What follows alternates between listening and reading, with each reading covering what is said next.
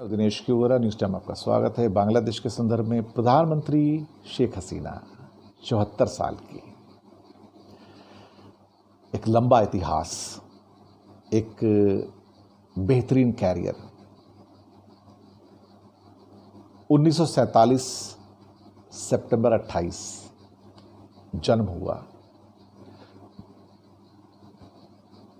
और अपने जो एल्डेस्ट थी 5 ऑफस्प्रिंग में, यानी कि बच्चों में,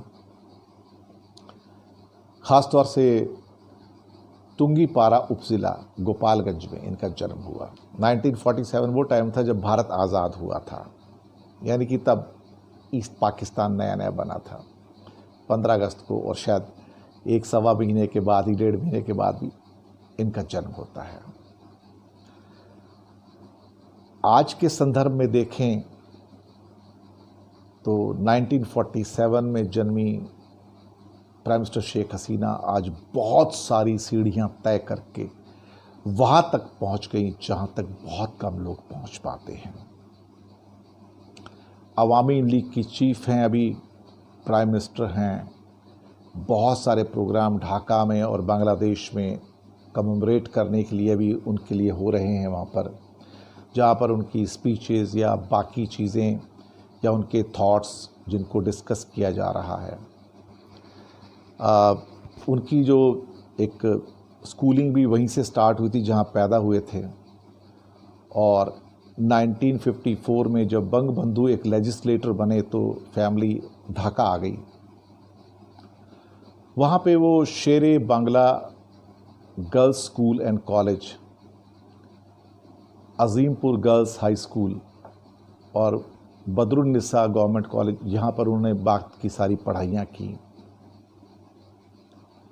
अपनी बैचलर जब कोर्स किया था तो उस दौरान वो वाइस प्रेसिडेंट थी students union of Eden girls college, और उसके बाद वो बंगाली डिपार्टमेंट ऑफ ढाका के अंदर भी उन्होंने अपने आप को एक प्रोग्राम, मास्टर प्रोग्राम के लिए एनरोल किया था। 1966 के अंदर 6 पॉइंट मूवमेंट जो था उसके ऊपर उन्होंने काम किया, और 1969 का जो स्टूडेंट मूवमेंट था उसके ऊपर उन्होंने बहुत काम किया। फिर 71 में आपको पता ही है कि फिर बांग्लादेश को आज़ादी भी मिली, लिबरेशन वॉर हुआ, और कहीं ना कहीं बहुत सारी घटनाएं ऐसी घटी जिसकी वजह से उनकी फैमिली के अंदर भी बहुत दुख भरे समाचार आए। मैं उनको रिपीट नहीं करना चाहूँगा। शादी हुई तो उनके 2 बच्चे भी हैं। कहीं ना कहीं देखा जाए तो फिर उनको गिरफ्तार भी किया गया, भारत में उनको शरण भी दी 1975 के अंदर, ख़ास तौर से जब उनके पेरेंट्स का असैसिनेशन वगैरह हुए 1975 में। 81 तक वो इंडिया में रहीं, भारत ने उनको ऑफिशियली शरण दी थी। फिर 81 के अंदर वापस लौटी और वहाँ पर उनको बहुत वेलकम मिला। बाकी की हिस्ट्री आप जानते हैं, मुझे कुछ कहने की ज़रूरत नहीं है।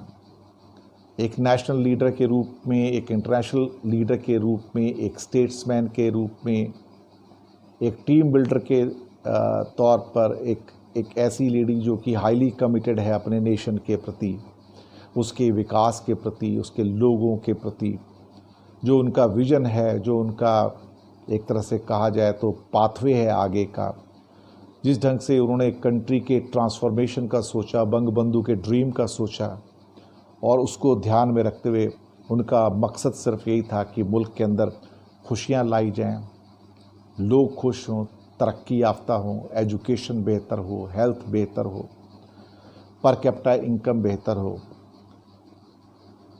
तो अब इस सिलसिले में उनको काफ़ी दुनिया भर से बधाइयाँ आ रही हैं। मोदी जी ने भी बधाइयाँ दी हैं उनको, और कहा है कि बांग्लादेश ने आपके अंडर बहुत सारा सोशल और इकोनॉमिक ट्रांसफॉर्मेशन देखा है। चाइना की ओर से भी बधाइयाँ आई हैं, और भी बहुत सारे कंट्रीज़ के जो हेड ऑफ़ स्टेट्स हैं उन्होंने प्राइम मिनिस्टर शेख हसीना को बधाई दी हैं, और उम्मीद जताई है कि आने वाले सालों में वो बांग्लादेश को लीड करेंगी और उनके लिए बेहतरीन काम करेंगी।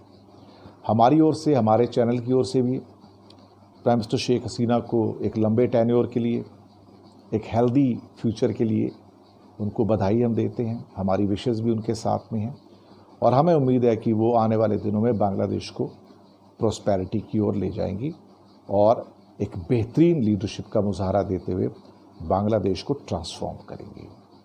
तो हमारी ओर से प्राइम मिनिस्टर शेख हसीना को बधाई हो, ग्रीटिंग्स। धन्यवाद आपका।